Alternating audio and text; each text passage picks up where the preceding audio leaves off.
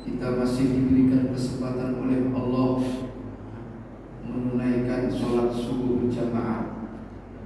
Mudah-mudahan sholat kita, ibadah kita akan mendapat ridho Allah Subhanahu wa ta'ala. Bapak Ibu yang dimuliakan Allah, pada kuliah subuh hari ini kita akan membahas tentang pengawasan Allah, atau kita ini senantiasa dalam pengawasan Allah Subhanahu wa ta'ala. Al-Imam Al-Qushairi dalam kitab Risalah Qushairiyah, kitab ini membahas tentang ilmu-ilmu tasawuf dan para sufi. Salah satu bab menjelaskan tentang al-muraqabah. Al-muraqabah ini dari kalimat raqaba yuraqibu muraqabatan, artinya pengamatan, penelitian, pengawasan. Maka dari kata ini muncul kata raqib.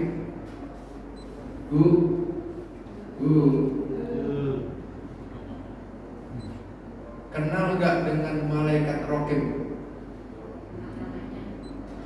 Kenal di mana? Kenal namanya, iya Bu ya. Kalau malaikat Israel kenal gak?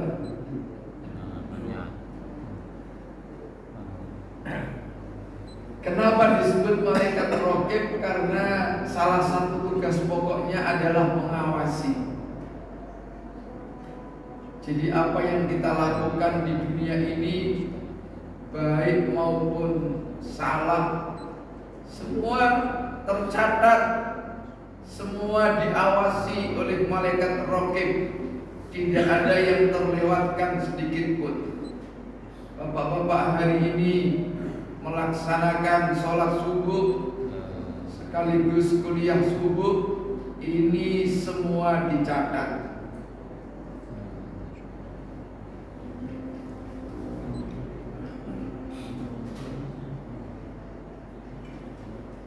Dari kata raqabah juga muncul kata riqab, artinya budak. Kenapa budak disebut riqab? Karena budak itu selalu dalam pengawasan tuannya, enggak bebas, diawasi mulu. Nah, Imam Qushairi ini menjelaskan konsep muraqabah dengan membuat ilustrasi gambaran cerita. Ceritanya begini, Pak. Wa kana Ibnu Umar fi safarin. Satu saat anaknya sahabat Umar melakukan sebuah perjalanan. Ro'a gulaman yar'a ghanaman. Dalam perjalanannya tersebut melihat sang bocah sedang mengembala kambing. Bocah Amon. Ada anak sedang mengembala kambing. Kambingnya cukup banyak. Ibnu Umar ini bertanya, hal tabi'u min hadzal ghanam wahidah? Apakah boleh Anda bisa menjual kepada saya satu aja kambing? Kambingnya kan banyak. Saya mau beli, boleh nggak satu aja? Apa jawaban sang bocah? Hadhi laysat li. Kambing ini bukan milik saya, katanya.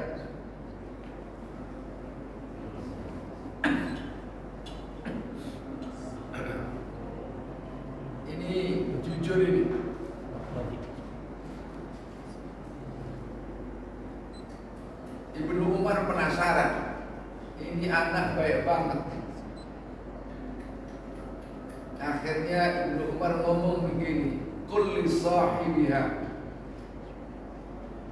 katakanlah, sampaikanlah kepada pemiliknya, inna dhi'ba qad akhadha minha wahidah, ngomong saja satu di antara sekian kambing sudah diterkam serigala.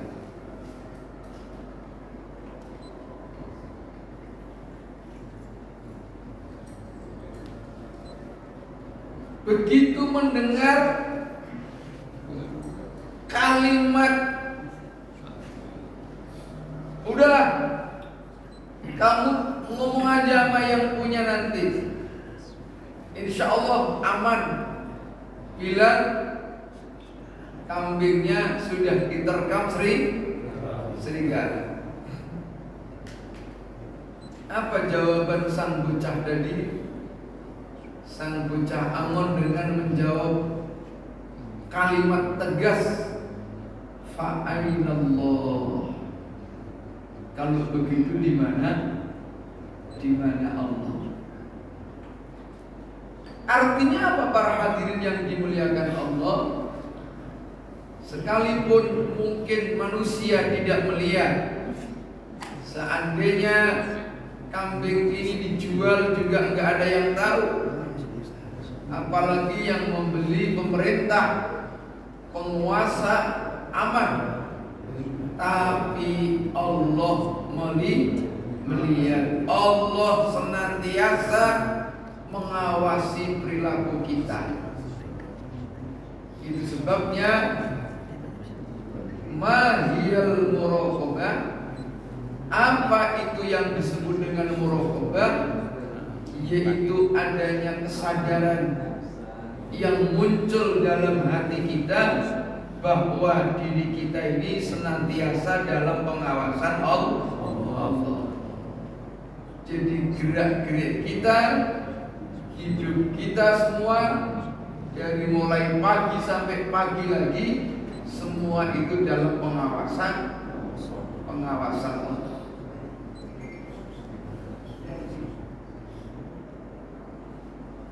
Imam Qushairi menyamakan muraqabah ini dengan kalimat ihsan. Ihsan itu artinya baik, tapi enggak sembarang baik. Baiknya di atas rata-rata. Dalam hadis Nabi, hadis yang dikenal dengan hadis Jibril, karena Jibril memberikan pertanyaan kepada Nabi, mal imanu, mal islamu, mal ihsanu. Apa itu yang disebut ihsan? Nabi menjawab, anta abdallaha ka'annaka tarahu, fa illam takun tarahu fa innahu yarak. Kalian beribadah kepada Allah seakan-akan kalian melihat Allah. Jika kalian tidak melihat Allah, yakinlah Allah melihat kita. Jangankan Allah, kalau kira-kira Bapak ini sedang bekerja di kantor, di depannya ada atasan kita, kira-kira kerjaan kita rapi apa kagak tuh? Oh, beres. Kagak ada yang main-main laptop, nggak ada yang main game. Semua pasti serius. Bosnya ada di depan, atau bosnya nggak ada, tapi ada yang mata-matain, ada yang ngeliatin, ada inspektorat. Tahu inspektorat, Pak? Ya, apa tuh kerjaannya? Ngawasin kerjaan kita sebagai ASN, sebagai orang yang ada di kantor, diawasin tuh. Begitu ada pengawas, semua serius. Tuh sekolah-sekolah kalau ada pengawas datang, pada rapi banget tuh. Artinya apa? memberikan sebuah pekerjaan yang terbaik. Demikian pula kalau kita ini merasa dalam pengawasan Allah, insya Allah kita ini hidup pasti akan melakukan yang terbaik. Kalau kita merasa dalam pengawasan Allah, sholat pun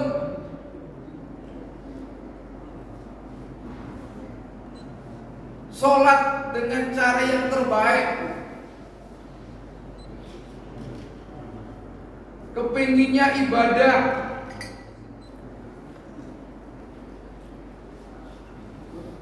khawatir kalau berbuat salah, apalagi maksiat. Kalau kita merasa diawasi oleh Allah, yakin kita tidak akan melakukan maksiat.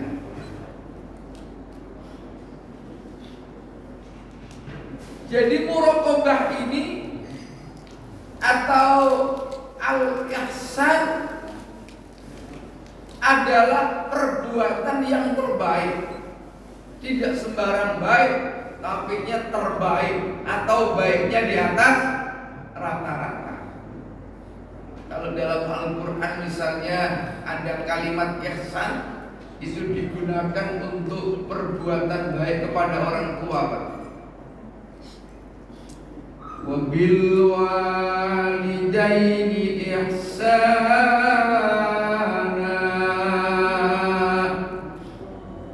wabil walidaini kepada kedua orang tua ihsanan, kita harus berbuat baik. Tidak sembarang baik, tapi baiknya di atas rata-rata. Ngasih sesuatu kepada orang tua jangan disamakan ngasih sesuatu kepada teman.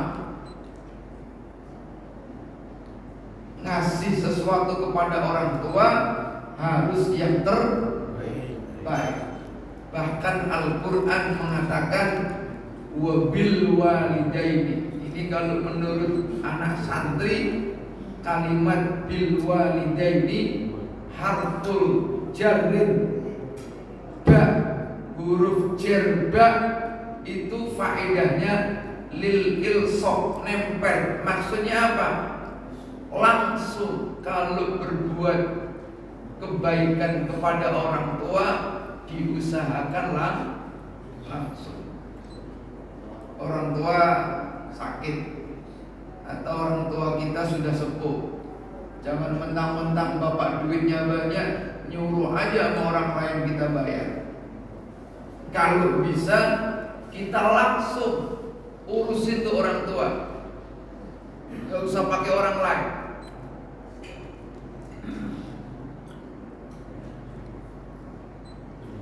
Jadi berbuat kebaikan kepada orang tua harus yang terbaik.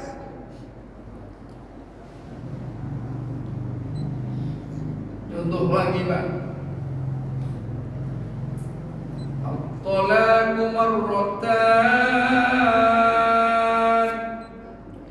fa imsakum bima'ruf aw tasrihum bi ihsan. Talak itu 2 kali kata Al-Quran. Kalau sudah tolak 2 kali jangan coba-coba.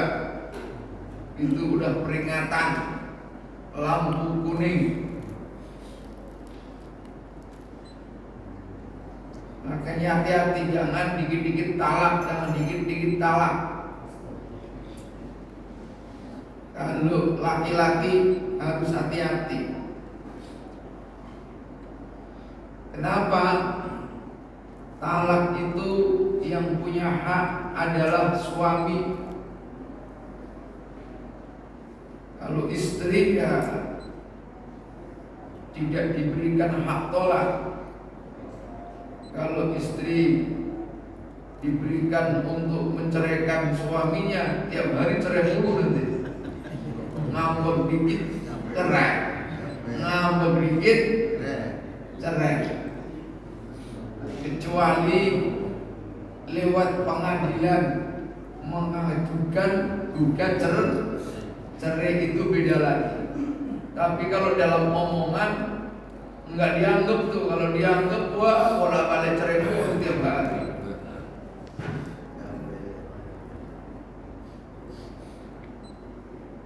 Kalau sudah 2 kali, Al-Quran mengatakan fa'imsakun bima'ruf au tasrihun bi ahsan. Kalau mau balik, ayo bangun keluarga itu bima'ruf, dengan cara yang baik. Kata ma'ruf itu baiknya standar. Artinya kebaikan yang bisa dilakukan banyak orang, itu namanya ma'ruf. Sholat 5 waktu adalah kebaikan yang standar, gampang dilakukan oleh banyak orang. Tapi orang bisa sholat bangun malam itu ihsan, tidak gampang dilakukan banyak orang.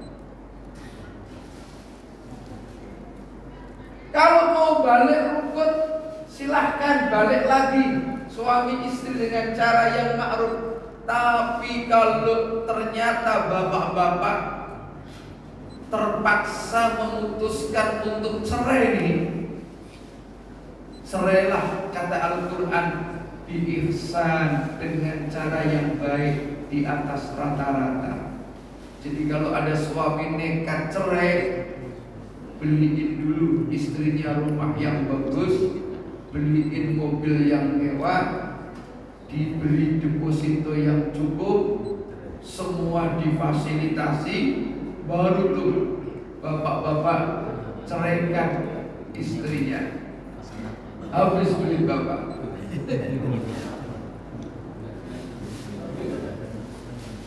Ini orang ceraiin kok seenaknya aja, nyerek bini kok pakai WA gitu, bikin status ini gue udah cerai.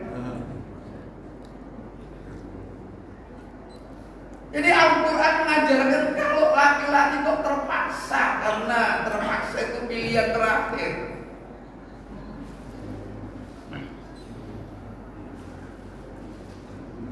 Kalau kok hanya sekedar ribut,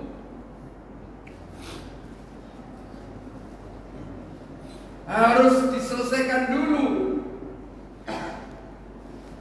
Wa in khiftum shiqaqa bainihima fab'atsu hakaman min ahlihi wa hakaman min ahliha iyurida islaha. Wa in khiftum shiqaqa bainihima, jika kalian merasa takut, khawatir, shiqaqa bainihima, terjadi potensi shiqaq, pecah, ribut antara kedua belah pihak. Dua belah pihak itu maksudnya suami istri. Fab'atsu hakaman min ahlihi wa hakaman min ahliha, hendaknya masing-masing memutus hakim. Hakaman, memutus wasit. Wasit itu juga bahasa Arab, wasit, wasato, tengah. Harus ada di tengah, nggak boleh mihak. Kalau mihak Piala Dunia bahaya tuh.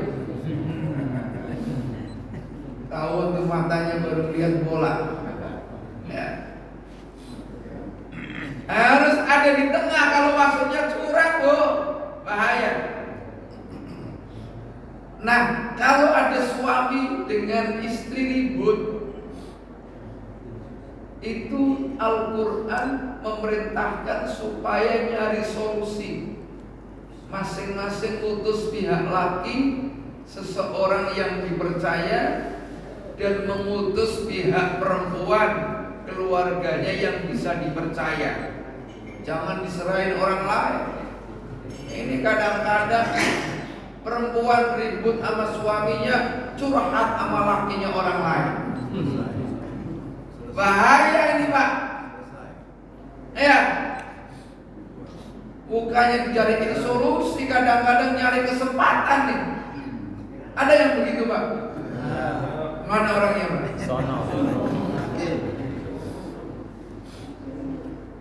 Cari solusi antar keluarga.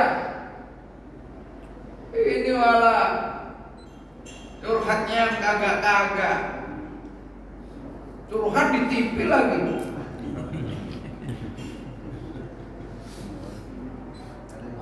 Cari masalahnya apa? Masalahnya ini istrinya marah mulu. Ya biasa aja namanya bini marah. Ya Pak ya. Diomelin bini itu insya Allah Bapak kalau sering-sering diomelin bini nih, ada peluang jadi wali Pak. Dalam kitab Ihya Ulumuddin yang dikarang oleh Al-Imam Al-Ghazali, Imam Ghazali ngomong begini Pak, as-sabru, adapun sabar, ala lisanin nisa'i, atas omelannya bini, ya, itu mimma termasuk dari perkara yumtahanu bihil auliya, bagian dari ujiannya para wali. Loh, jadi kalau orang mau jadi wali, salah satu ujiannya sering diomelin bininya Pak. Jadi kalau bapak-bapak sering diomelin istri, berarti bapak-bapak calon wali, minimal wali murid itu.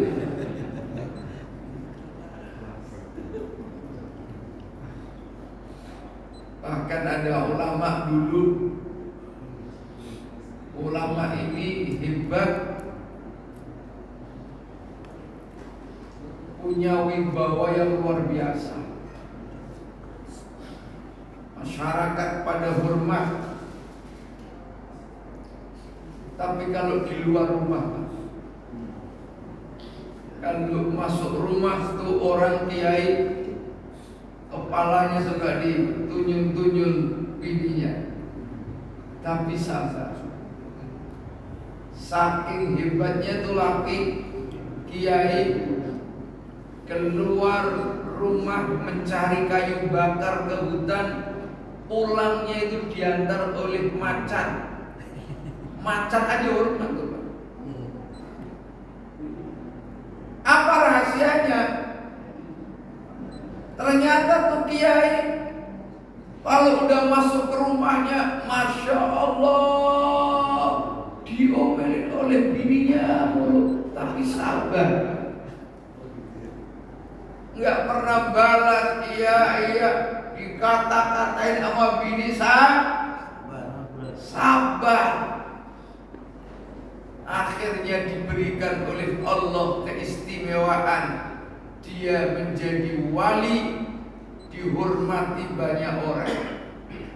Tidak hanya manusia, tapi hewan saja hormat.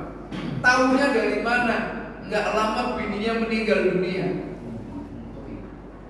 Begitu udah meninggal dunia, dapat 40 hari, dia kiainya pergi berangkat ke hutan sebagaimana biasa.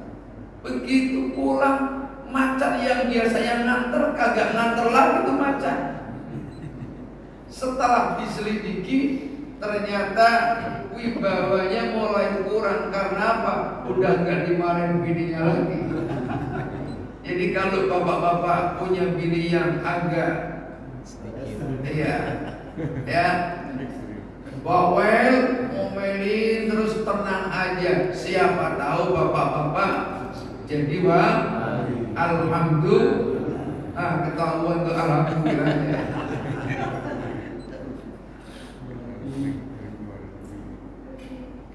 Nah, para hadirin yang dimuliakan Allah, Kalau kita ini merasa dalam pengawasan Allah, pertama keuntungannya insya Allah kita ini akan hati-hati dalam berbuat. Orang yang hati-hati insya Allah lebih selamat. Banyak orang yang jatuh ke jurang kezaliman karena tidak hati-hati. Orang yang merasa dalam pengawasan Allah senantiasa memilih perbuatan yang terbaik, memilih perbuatan yang lebih bermanfaat. Kita ini hidup, kalau dalam waktu 24 jam, kira-kira kita berapa jam yang digunakan untuk melakukan sesuatu yang ada manfaatnya? Berapa jam? Yang buat nganggur-nganggur berapa jam? Giliran suruh ngobrol itu bisa 5 jam kuat, Pak. Padahal omongannya gak jelas. Ya, betul gak, Pak? Ya. Ngobrol, ada kopi, kacang, ya, rokok, apalagi itu 5 jam kuat. Tapi giliran untuk kebaikan, ya Allah, kalau sholat berapa jam kira-kira kita ini? Tadarus Al-Quran kira-kira berapa jam? Nonton bola 45 menit kali 2 berapa tuh? 90. Panjang waktu. Kadang-kadang tengah malam dilakonin, betul nggak? Ampe-ampe mau tidur aja pakai alarm untuk takut kelewatan. Apalagi kalau udah Brazil. Ajib nggak tuh? Dijabanin tuh. Ya.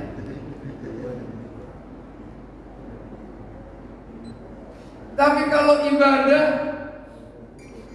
ada nggak yang kita kepingin ibadah lalu HP kita nyalain alarmnya?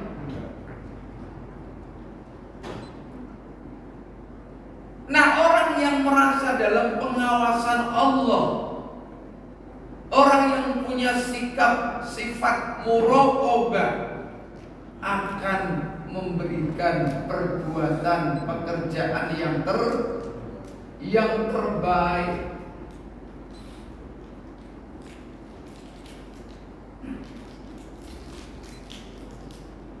Mana urusan dunia, mana urusan akhirat. Emang dua-duanya sih penting. Namanya orang hidup di dunia ya harus cari terkait dengan urusan dunia. Wabtaghi fima ataakallahu darul akhirah wa la tansa nasibaka minad dunya. Kalau urusan akhirat kata Allah wala tabghi, ya, wabtaghi fima ataakallahu darul akhirah, wabtaghi, uber, cari betul-betul fima ataakallahu darul akhirah, apa saja yang terkait dengan darul rumah akhirat ini.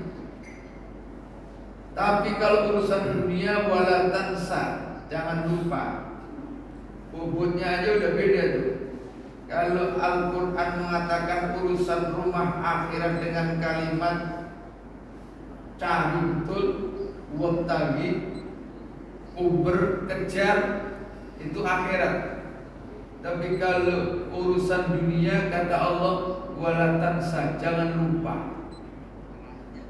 Jangan lupa lah beli oleh-oleh. Ya Pak? Kira-kira kalau lupa dimarahin apa enggak tuh? Ya dimarahin tapi dikit Pak. Tapi kalau bini udah ngomong awas ya oleh-oleh, oh itu nggak boleh enggak. Tapi kalau jangan lupa ya kalau lupa kan nggak apa-apa. Artinya pesannya itu jangan lupa. Kecil, iya oke, tapi nggak begitu amat. Jangan lupa ya bawain oleh-oleh. Tapi kalau awas, kamu harus bawa oleh-oleh itu beda. Nah, Al-Quran menyampaikan ketika urusan dengan akhirat dengan menggunakan kalimat wabtahi, kejar tuh, uber tuh, jangan sampai kagak. Fima atakallahu daral akhirah, apa saja yang bisa menguntungkan, mendatangkan kepada kamu untuk rumah akhirat. Tapi giliran dunia Allah mengatakan wala tansa nasibaka minad dunya.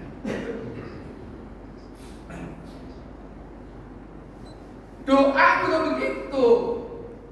Porsinya akhirat harus lebih banyak. Coba kita cek doa yang ada, yang sering kita baca tuh. Allahumma inna nas'aluka salamatan tuh, akhirat kan?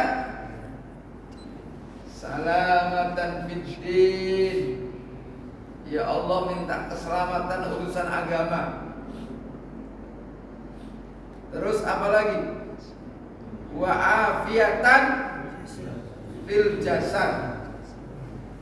Afiat itu beda dengan kalimat sehat.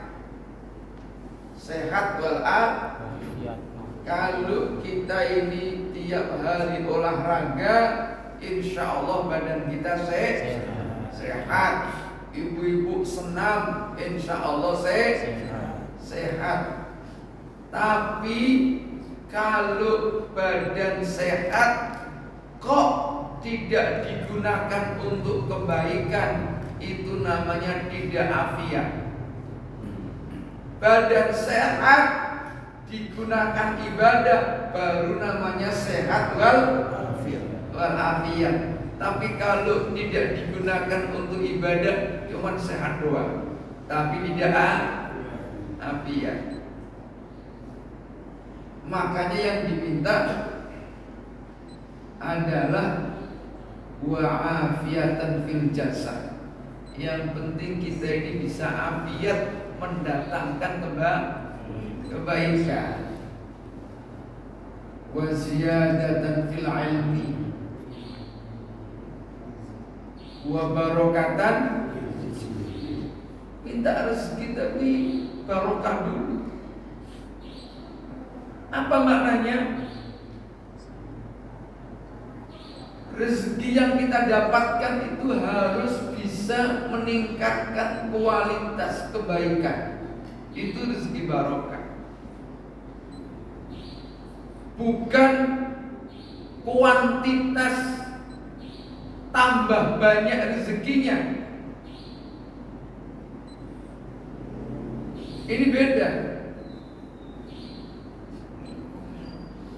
Kuantitas jumlahnya banyak, tapi kalau tidak digunakan untuk tambahnya kebaikan, ini bukan keberkahan.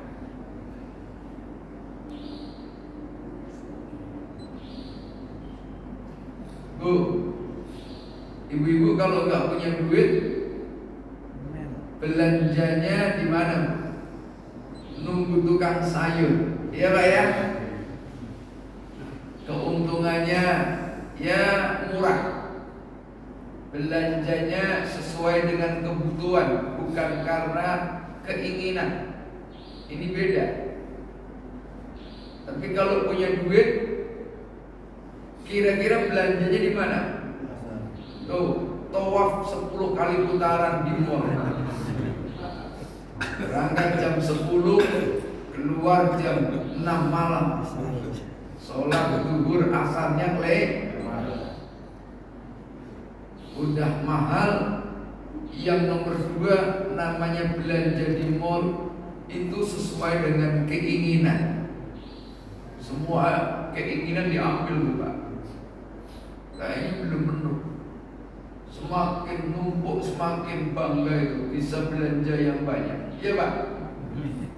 Jadi belanjanya karena keinginan. Tapi kalau belanja di depan tukang sayur bukan karena keinginan, sesuai dengan kebutuhan. Kebutuhannya mau masak, itu yang dibeli Pak.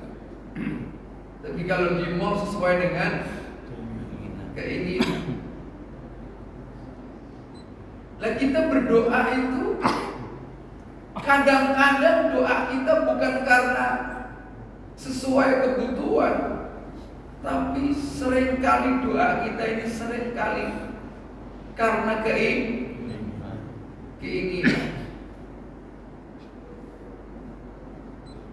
Keinginan kita ini kadang-kadang jauh melebihi kebutuhan. Keinginannya orang hidup kan macam-macam tuh. Apalagi kalau duitnya banyak.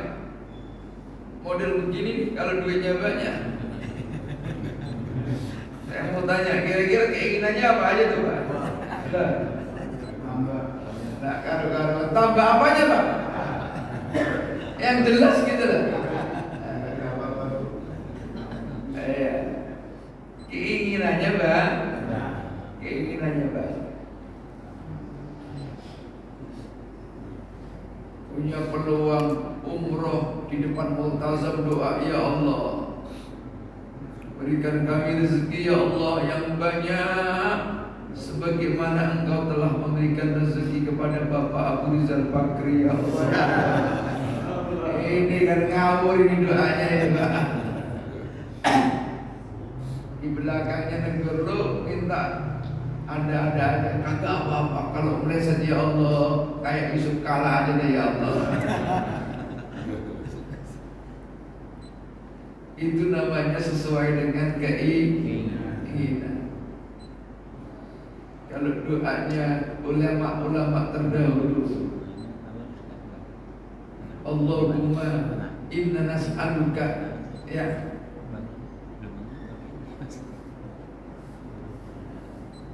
ya Allah, kami memohon kepada Engkau ya Allah, sebagaimana Rasul dan kekasih-Mu meminta kepada. Kira-kira yang diminta para Rasul, para Nabi, duit apa, pangkat apa? Rahmat Allah itu. Rahmat Allah.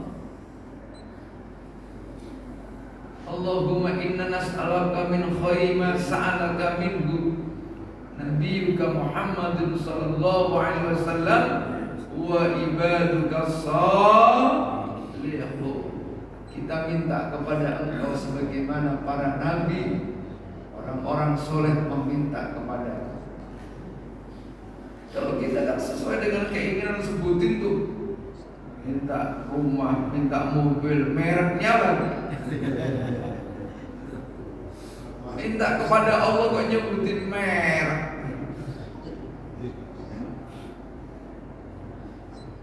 Minta yang terbaik. Yang terbaik itu apa?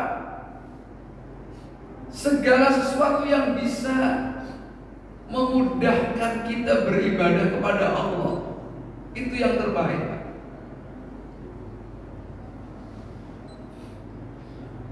Buat apa kita mendapatkan sesuatu tapi yang malah menjauhkan diri kita kepada Allah,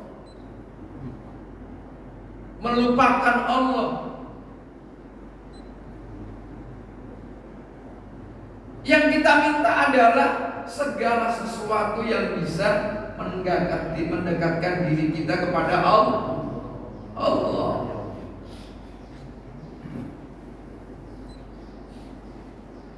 minta kepada Allah yang terbaik.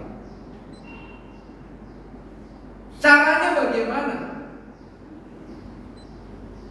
Ulama-ulama terdahulu ketika minta kuncinya cuma dua.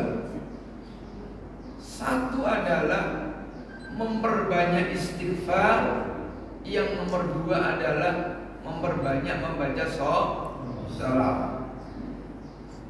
Kalau kita lihat itu zikir-zikir Asmaul Husna, semuanya minta astaghfirullahaladzim wa atubu ilaih, astaghfirullahaladzim wa atubu ilaih, sebanyak-banyaknya baru Allahumma sholli ala Muhammad wa ala ali sayyidina Muhammad, sebanyak-banyaknya baru minta. Apa maksudnya? Orang yang istighfar, dosanya diampuni oleh Allah, itu memudahkan permohonan kita, melancarkan permohonan kita, membuka jalan. Yang kedua, kenapa kemudian dibarengi dengan membaca sholawat? Karena Nabi mengatakan, man sholla alayya sholatan sallallahu biha alaihi asyara. Barang siapa yang bersolawat kepadaku, Allah akan bersolawat kepada orang tersebut 10 kali. Apa maknanya Allah bersolawat? Maknanya Allah memberikan rahmat. Allah bersolawat kepada orang yang membaca solawat, artinya Allah memberikan rahmat. Kalau Allah sudah memberikan kasih sayang, itu beda sayangnya Allah dengan sayangnya kita. Sayangnya kita terbatas, sayangnya Allah tidak terbatas. Sayangnya kita bisa keliru, tapi sayangnya Allah tidak pernah keliru. Contoh, bapak sayang apa? Sama anak saya enggak, Pak? Sayang, tapi bisa keliru caranya. Punya anak 3 tahun, beliin HP, apa ini, iPhone yang mahal. Bocah kecil umur 3 tahun udah dibeliin HP. Emang bener bapak sayang, tapi sayangnya bisa aja nyelakain anak. Itu manusia. Tapi kalau Allah sayang, pasti diberikan yang terbaik.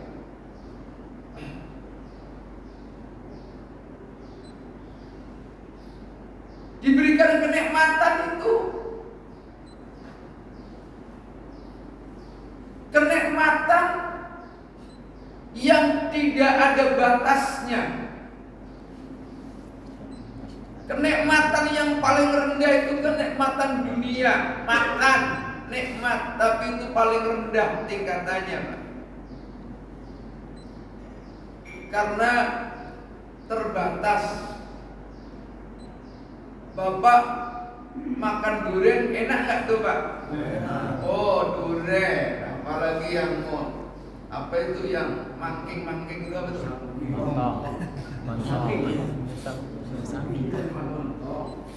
Ya, enak durian. Dikasih 1 enak, kasih 2 sudah enggak enak lagi. Kasih 3, insya Allah wabillahi taufiq wal hidayah. Apalagi yang darah tinggi, iya Pak, dikasih makan habis 1 enak, 2 udah mulai, 3 udah nggak enak lagi, muntah kita. Tapi kalau Allah berikan kenikmatan sholat, Allah berikan kenikmatan kita baca Al-Quran, itu semakin kita baca, semakin banyak, semakin nikmat. Tidak terbatas.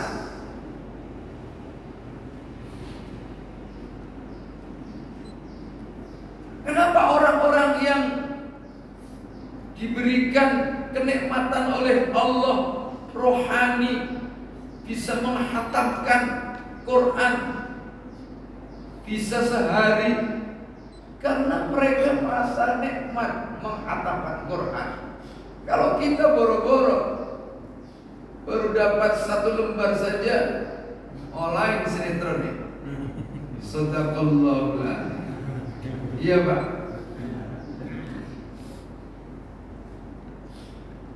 Jadi kenikmatan yang sesungguhnya itu kenikmatan rohani.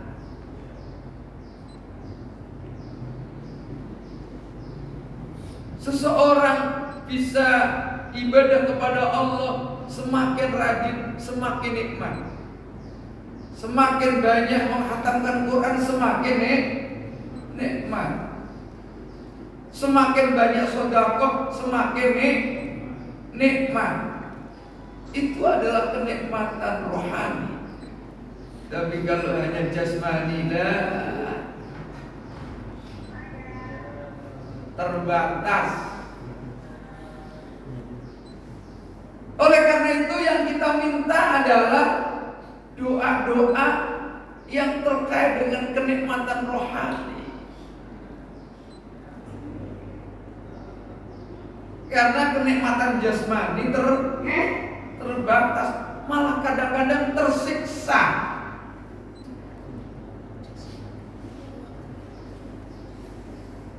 Ada orang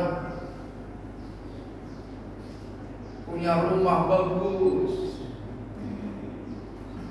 di Pondok Indah, Pak. Orangnya pergi-pergi mulu, malah yang menikmati pembantunya, betul nggak? Iya, betul. Itu rumah ada sofanya yang harganya ratusan juta. Siapa yang biasa dudukin sofa itu? Pembantunya. Ada TV-nya kayak biskop itu, TV-nya gede. Siapa yang nyetelin TV itu tiap hari? Pembantunya. Punya mobil mewah, giliran Lebaran supirnya pulang kampung. Pembantunya minta diantarin pulang. Siapa tuh yang menikmati? Pembantunya sambil ngorok pembantunya. Itu yang punya mobil Mercy melek aja nyupirin pembantunya. Begitu mau turun agak bisa membantu, itu nggak bisa buka pintunya. Apa kata pembantunya? Bos, tolongin dong, gimana caranya buka pintunya? Itu yang punya mobil turun duluan bukain pintu. Siapa yang nikmat itu? Pembantunya. Begitu udah mau pulang, apa kata pembantu? Kamu mau balik kapan? Ya 3 hari lagi. Tapi belum ada kendaraan. Jemput ya bos. Ya Allah. Itu dunia itu Pak, dunia. Orang banyak uang malah semakin gak bisa hidup. Punya motor banyak disewain, belum pulang 1 aja tuh. Jadi pikiran malam-malam, belum pulang 1 nih. Nah oleh karena itu para hadirin yang dimuliakan Allah, mari kita latih ya rohani kita, terutama diri kita ini, agar senantiasa membiasakan diri merasa diawasi oleh Allah. Pokoknya ingat, kita ini diawasi oleh Allah. Hati-hati. Seperti bocah Angon tadi, hati-hati tuh. Padahal kalau mau jual kambing nggak apa-apa kan? Apalagi cuma atu kan? Kagak ada yang lihat. Tapi apa kata bocah Angon? Fa'ainallah. Di mana Allah? Allah selalu mengawasi kita. Itu saja barangkali yang dapat saya sampaikan. Kurang lebihnya mohon maaf. Al-Fatihah.